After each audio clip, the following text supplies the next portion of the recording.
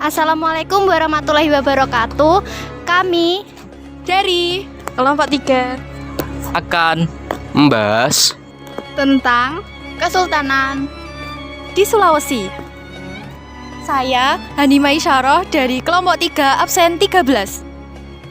Saya Imas Nailul Muna dari kelompok 3 absen 15.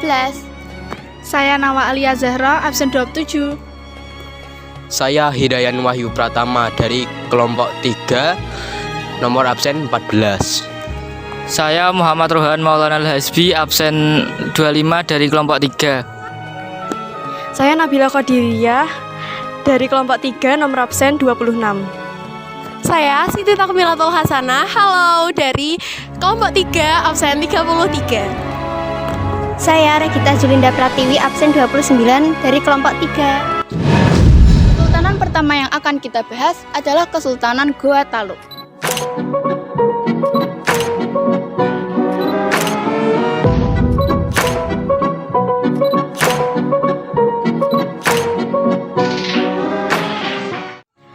Kesultanan Goa Talo adalah kerajaan di Indonesia yang bercorak agama Islam terbesar di Sulawesi Selatan. Kerajaan ini berdiri pada sekitar abad ke-16. Kesultanan Goa Talo juga dikenal sebagai Kesultanan Makassar. Kesultanan Goa Talo adalah kesultanan gabungan antara Kesultanan Goa dan Talo yang dimiliki oleh dua orang bersaudara. Dua kerajaan ini bersatu saat pemerintahan Raja Daeng Matanre Karaeng Tumapak-Risi Kalona. Kesultanan ini bersatu atas dasar kesepakatan, sehingga rakyat kedua kerajaan pun tidak memihak siapapun. Meski begitu, mereka memiliki dua raja yang sama-sama berkuasa di wilayah masing-masing. Pada akhir abad ke-16, Sultan Alauddin adalah raja pertama yang memeluk Islam di Kesultanan Goa Talo dan sebagai penanda bahwa Kesultanan Goa Talo telah menjadi kesultanan. Agama Islam di Goa Talo semakin pesat. Pada tahun kedua kesultanan, semua rakyat kerajaan akhirnya memeluk agama Islam. 2. Masa kejayaan Kesultanan Goa Talo. Masa kejayaan Kesultanan Goa Talo adalah pada masa Sultan Hasanuddin. Sultan Hasanuddin adalah Sultan ke-16 dari kerajaan Goa Talo.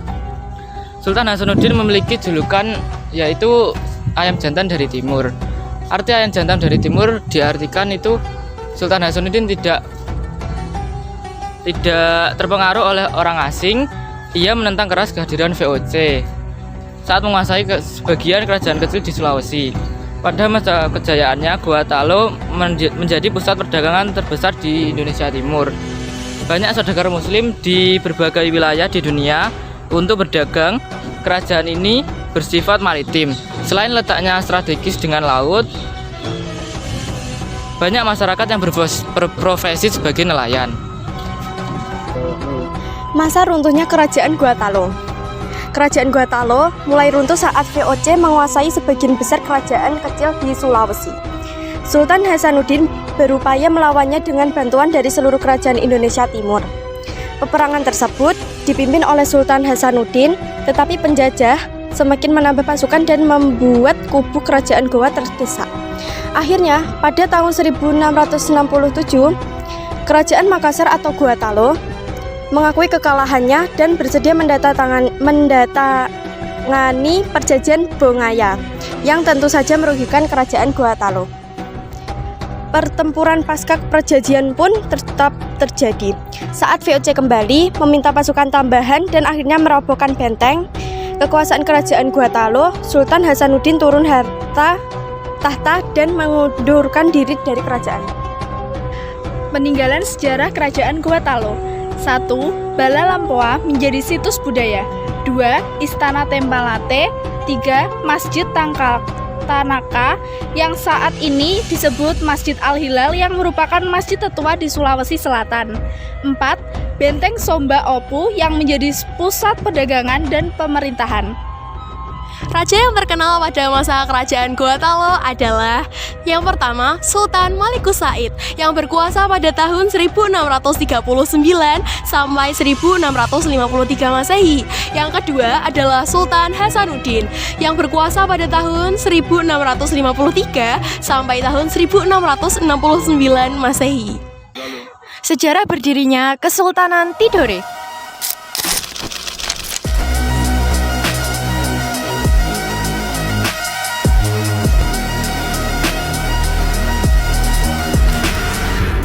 Kerajaan Tidore atau Kesultanan Tidore adalah salah satu dari 4 kerajaan Islam di Maluku. Pada masa kejayaannya sekitar abad ke-16 sampai ke-18, kerajaan ini menguasai sebagian besar Pulau Halmahera Selatan, Pulau Buru, Pulau Seran, dan banyak pulau-pulau di pesisir Papua Barat.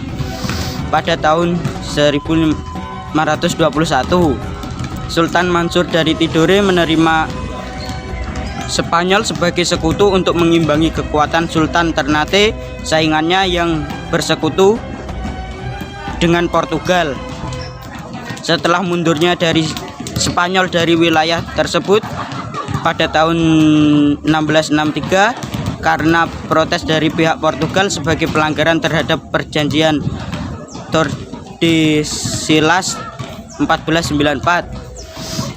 Tidore menjadi salah satu kerajaan yang paling merdeka di wilayah Maluku, terutama di bawah kepemimpinan Sultan Saifuddin. Tidore berhasil menolak penguasaan VOC terhadap wilayahnya dan tetap menjadi daerah merdeka hingga akhir abad ke-18. Kesultanan Tidore terletak di sebelah selatan Ternate. Menurut silsilah raja-raja Ternate dan Tidore, Raja Tidore pertama adalah Muhammad Nakil yang naik tahta pada tahun 1081.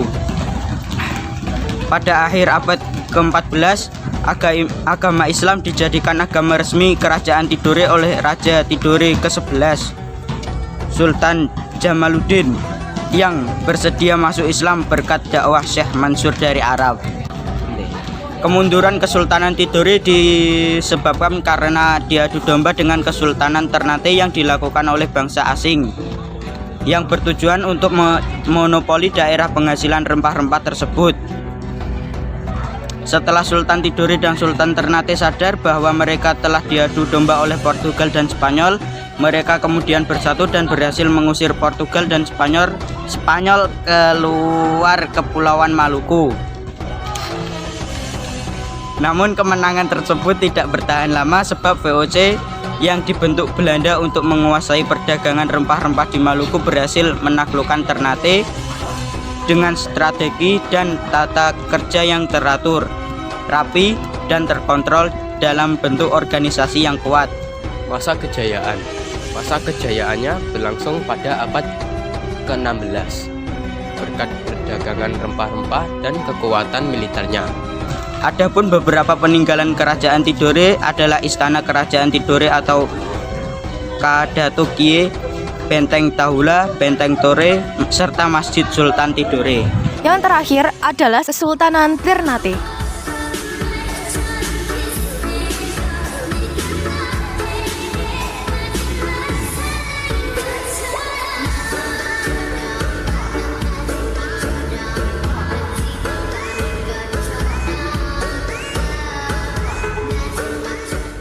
Berdirinya Kesultanan Ternate didirikan pada abad ke-11 oleh Syah Jati atau Muhammad Nakil yang merupakan saudara dari Mansur Malomo, pendiri Kesultanan Ternate.